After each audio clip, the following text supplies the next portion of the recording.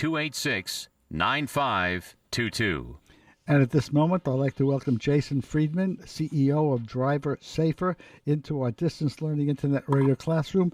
And since he is a very, very good friend of Nicole Markson, Nicole, Jason is all yours. Good morning, Jason. Good morning, Nicole. How are you? Great. I'm so happy to have you on. And I don't know if you were listening to Robert Sinclair, the interview before us. We were talking about teen drivers and their licenses being delayed and how they're missing out on, getting the proper training that they should be getting. But before we get into it, I just want to tell, it was really interesting how I met Jason. I met him stumbling onto the plane, not because I was, out of it or anything. I was just a little tired. It was a red eye. It was a red eye coming home from Vegas. Yeah, I know that alcohol kicked in. No. I was just, tired. It was late. And I see these two gentlemen sitting in the front with these T-shirts on, Drive Safer. So, of course, me being in the business, I had to say, what's Drive Safer? At 12 o'clock at night. And so we got into chatting, and I was so excited to get to know Jason and Drew. And so now I invited them on the show to talk about this very important topic of teen safety and driving. So let's talk about what motivated you to start Drive Safer. Sure. So Drive Safer is a program that we developed to help really focus on teen driving and car control. Teen driving, it's the number one killer of American teens from ages 15 to 19 years of age. And teens are at the highest risk of driving the first 18 to 24 months. And we want to help do something about this problem. And so, we've been in the business of motorsports and high-performance driving and all around that for years. And one of the things that, we know is that all of the education that goes into high-performance driver's education is really about intensive car control, knowing how to handle the car in a variety of situations, knowing how to handle it in adverse scenarios, and we spend a lot of time training ourselves to do that. And we spend hundreds, if not thousands, of hours practicing all these things. And it's that experience that we really want to be able to take from our world and transfer it to teens and actually drivers of all ages. Mm-hmm. So Drive Safer is not just for teens, right? Anybody can take the class? Absolutely. We teach people from, 16 years of age with a learner's permit all the way through. We've got people coming to our course that are in their 70s. Wow, that's amazing. So let's really get into it. Can you give us some statistics which illustrate the seriousness of the situation? Sure. Yeah, so according to the National Highway Traffic Safety Administration, as I mentioned before, the number one killer of American teens from 15 to 19 years of age. It's more than drugs, homicides, suicides combined. And it translates to somewhere around 11 deaths per day nationwide. Gosh. And over 282,000 teens have been admitted into the ER beyond that death, just related to teen driver incidents. So, it's a major, major epidemic. When you look at New Jersey specifically, according to the New Jersey Division of Highway Traffic Safety, it's 10 minutes. A teen crashes every 10 minutes. Oh, my gosh. So it's something that, we're really concerned about. And while in some states and some places it seemed to be trending better, the Governor's Highway Safety Association just reported recently that in the first 6 months of 2012, 16 to 17-year-old driver accidents is up 19% nationwide. Unbelievable. So, yeah, and, we just recently learned as well that, texting and driving has surpassed drinking and driving as the number one incident. So while the problem seemed to be getting a little bit better, it turns out that it's really not. And some of the things I was listening to your interview just before, and one of the things that, we talked about, or you were talking about there, was the fact that, a lot of people don't even take things seriously. We know seatbelts save lives, but it's not fashionable, it's not cool, so people aren't even wearing them.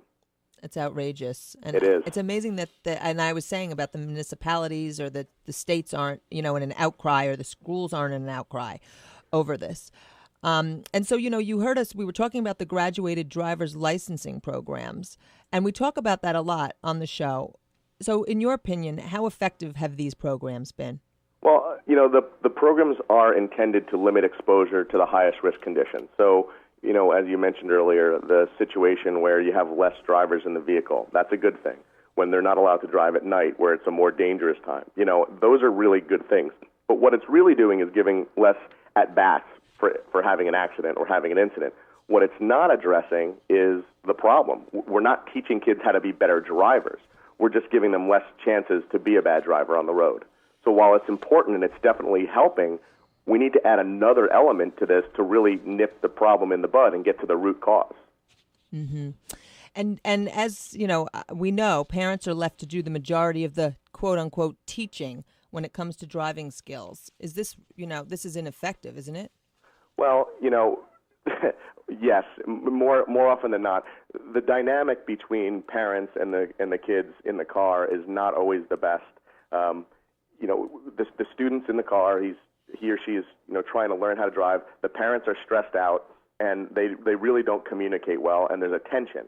And frankly, parents are not really taught how to teach these teens or anyone how to drive. They're not schooled in the process, and frankly, they've picked up tremendous amount of bad habits along the way, and so those bad habits kind of propagate. And the whole experience becomes one of frustration and aggravation. And they don't even find enough opportunities to do this. It's something that's, it's, oh my God, yeah, I'm going to go to the store. Yeah, you can drive. So they quickly, jump in the car, they rush to the store. There's not time to really focus and teach and work on these skills. Mm-hmm. So traditional driver's education, which incidentally was started, back in 1934, was the first time anyone ever taught driver's education. And then the model really got built up in the 50s, where we have 30 hours of classroom education and then typically 6 hours behind the wheel with a driving school, and then it's left to the parents.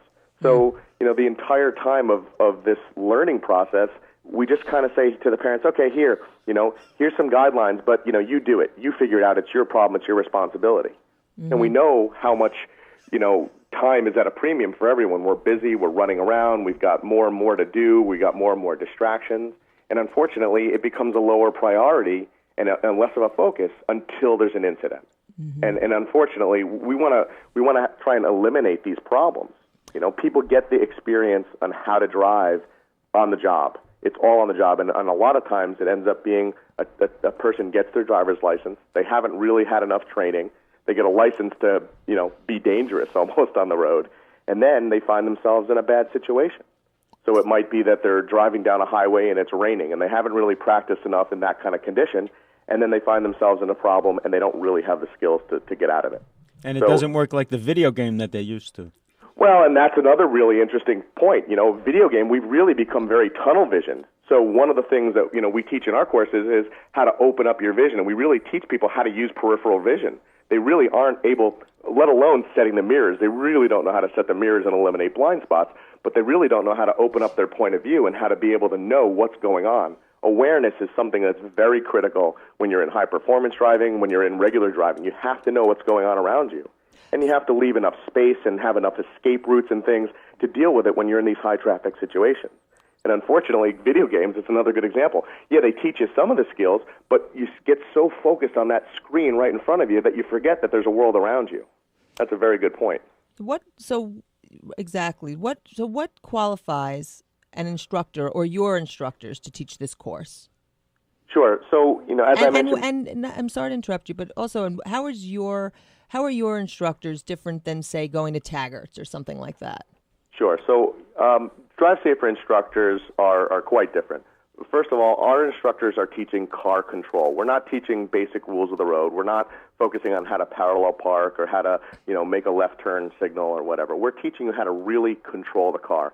So we're dealing with the physics of it. We're dealing with, the sight, the awareness, the handling. And our instructors are all certified high-performance driving instructors. So these people teach other, drivers how to handle vehicles at higher speeds in adverse conditions. And they've been doing this for years and years. They've spent hundreds of or thousands of hours, literally, in situations where they have to know how to handle these vehicles. It may be on tracks. It may be in skid courses and things like that. And so they really understand both the physics of the vehicle, the maneuvering of the vehicle, and frankly, we spend a lot of time teaching them how to communicate it properly. So we focus a lot on language. We give students in our courses have a classroom that they have to go to where we teach them the why. We think it's really important to know why first and then do how. So the language, our instructors are taught in the language, and they know they have a certain vocabulary that we share with the students and the parents actually as well, so that there's a common bond and a common vocabulary so that they know what to call things when they're happening. As soon as you really understand how to define a situation and you know what to call it, it's a lot easier to deal with it and handle it and manage it. So we focus a lot on that, and our instructors spend a lot of time learning that level of communication. They learn a lot about attitude. They learn about how to interact with the students and how to help them when they're sitting in that right seat so that the student feels calm, cool, and can really focus on the learning. Conversely, with a normal driver's education program, the instructors are sitting there and they have an extra brake on the other side, and they're controlling the vehicle and they're controlling the student. We're actually putting the students in a situation where they can fail safely. It's a safe course. It's designed that way. So if they miss a turn, they're going to maybe hit a cone. It's not going to hurt anything or anybody, but they're going to experience what that is. And we want them to experience what happens when the car goes out of control, but know why it happened. And so that's what our explain instructors to everybody do. when somebody comes to your course, right? It's a closed course. Explain the way that you give the course. Sure. So as I mentioned, we start out with a classroom where we get everyone on the same page, and we talk a lot about the physics of driving and vehicle dynamics. And people don't even understand the importance of tires. And tires are the only thing that are sticking your car to that road. And so we talk about things like contact patch, the little tiny part of your tire that's actually gripping it to the road. And if you look at all four tires, the contact patch of all four tires can fit on an 8.5 by 11 sheet of paper. So once they start to understand that, and they understand that air pressure is important and weight and balance and all that, then we bring them out to do some actual activities. The first thing we do after the classroom is we do what we call technical education. We walk around the car. We show the people what the different parts of the car are, what they should be looking for, how they work. We explain to them most people don't even know about air pressure in their tires. So we show them where on the door to look for, the tire inflation. We explain how that works and why that works. We make sure there's no loose objects in the car that are going to become problems. And then we show them about seating position and mirror setups. Again, very important. Most people don't spend enough time on really just acclimating and being in the car properly. So we do a lot of that first. Then we go through a series of exercises. So one of our exercises is called a slalom, and we have a series of cones set up, and they have to maneuver the vehicle through the cones. And while it seems very basic, as parents are sitting there, they watch the students go through this program, and they see the progress happen over 2 or 3 times through it. The students are able to go a little bit faster, stay closer to the cones, and manage the control of the vehicle. Because what we're teaching them is you have to look ahead. The car goes where you look. Your hands follow your eyes. So a very basic exercise. I kind of joke around and call it, the Karate Kid. Sand the floor, wax on, wax off. We've taken driving and we've put it into these very basic components. And so we focus on learning these basic skills, and then we put them back together when they drive, they can do it.